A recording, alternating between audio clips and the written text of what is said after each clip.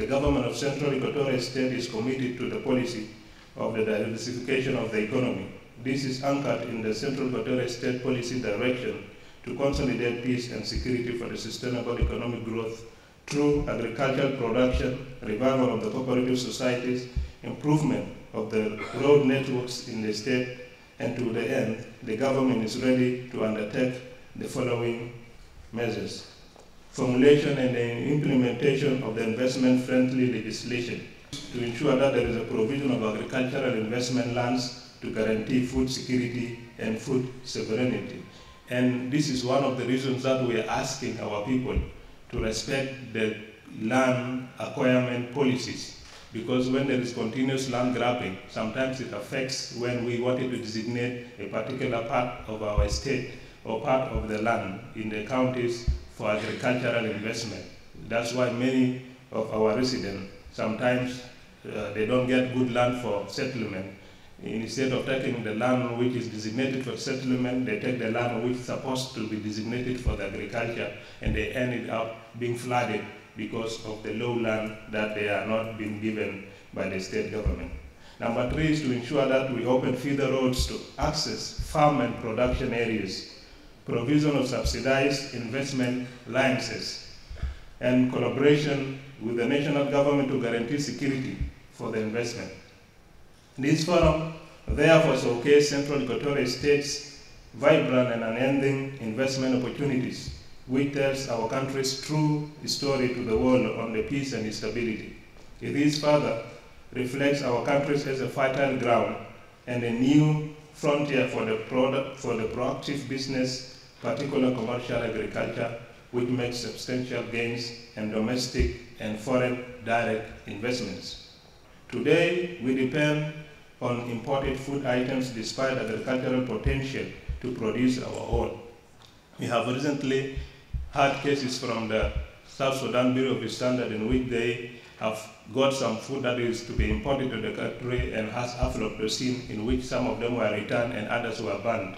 So we have a vital agriculture and fertile land for the production of food, unlike from importing food from outside. It is unfortunate that the reality is otherwise. We import food items like maize flour, cooking oil, milk, rice, beans, and other varieties of consumable products from our neighboring and overseas countries. This means we expensively import what we can locally produce cheaply.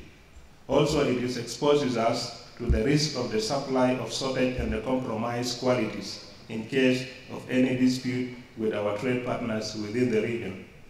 These fundamental agroeconomic challenges compounded reverse earlier progress achieved on the path towards transforming South Sudan economy into a diversified, inclusive, resilient, and sustainable economy.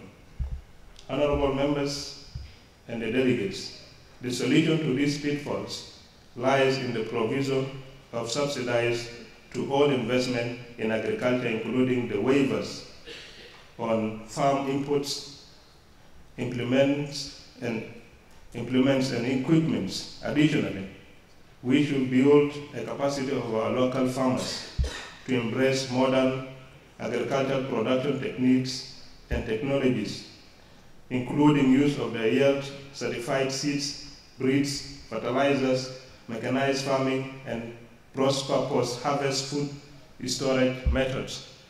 We at the state government, we have started with this provision in which we encourage the formation of the cooperative societies, agro-cooperative society, and all the types of the cooperative societies through our different ministries, and we're empowering them so that we increase the production. We will also enforce strict measures on imported duties to achieve a level playing field with the partners in East African Community Bloc.